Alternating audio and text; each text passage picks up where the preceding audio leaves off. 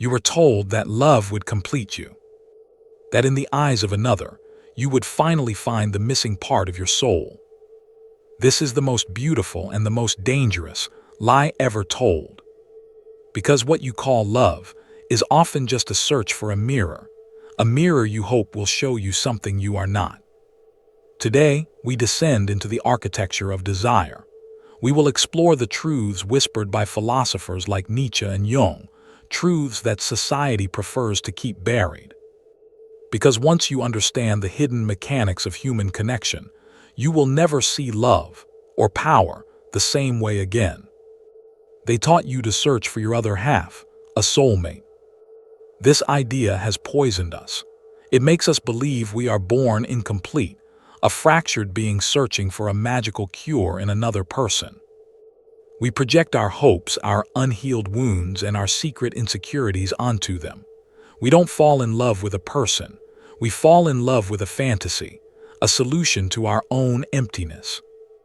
Nietzsche saw this not as romance, but as weakness, a form of self-deception where we demand another person carry the burden of our own becoming.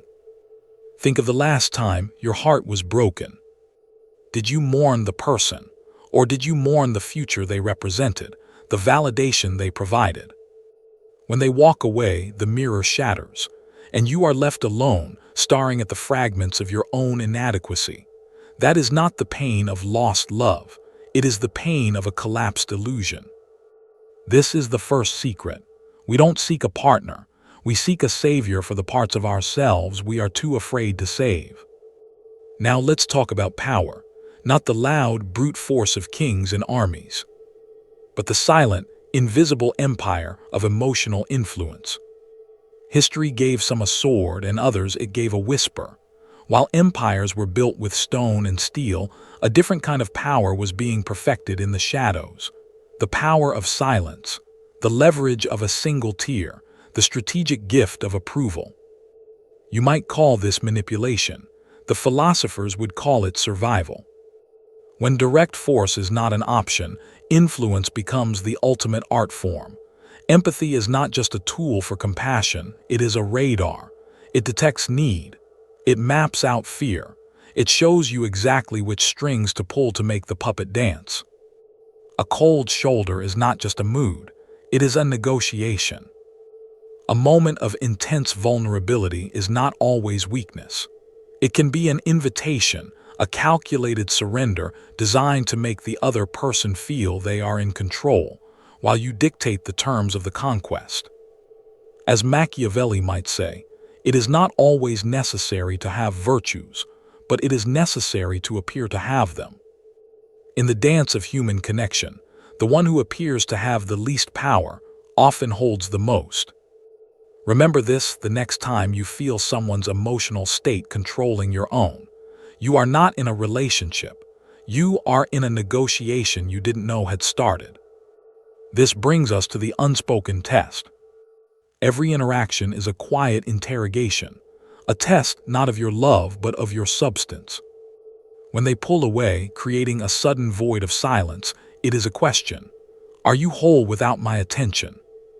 When they subtly challenge your opinion or your path, it is a question.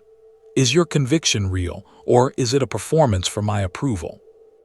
These are not cruel, conscious games.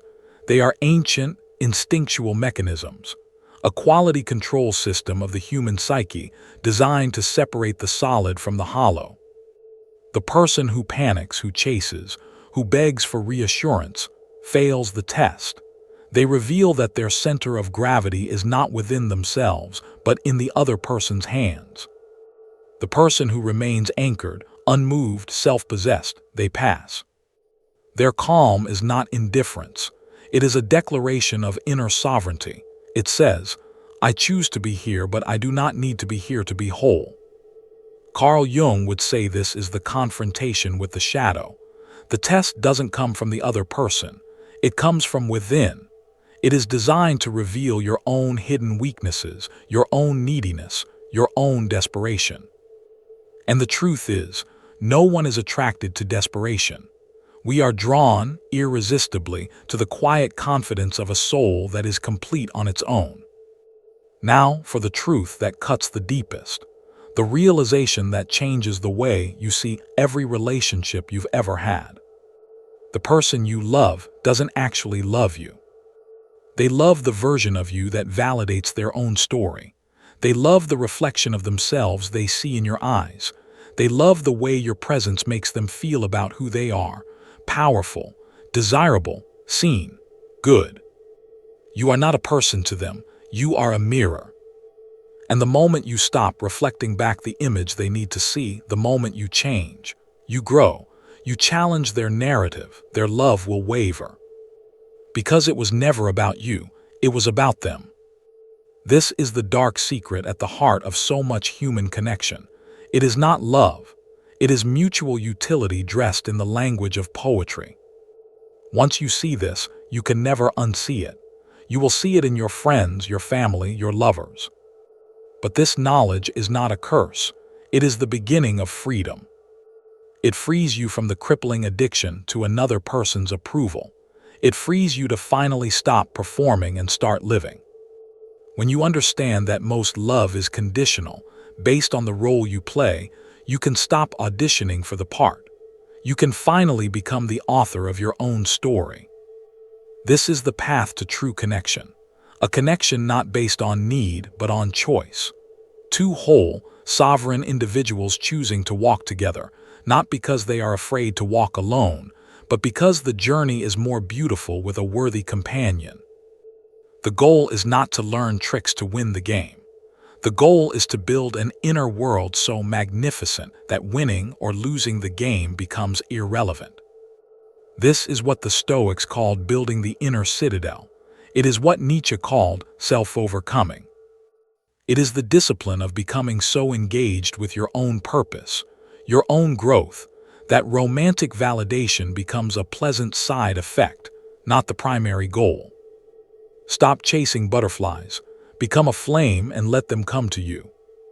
The great irony is that the moment you no longer need another person to feel complete is the very moment you become irresistibly attractive, not as a tactic, but as a consequence of your own inner wholeness. You stop seeking a mirror and you become a light.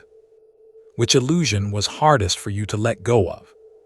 Tell me your truth in the comments below, and subscribe for more journeys into the heart of human nature. Darkness reveals what comfort hides.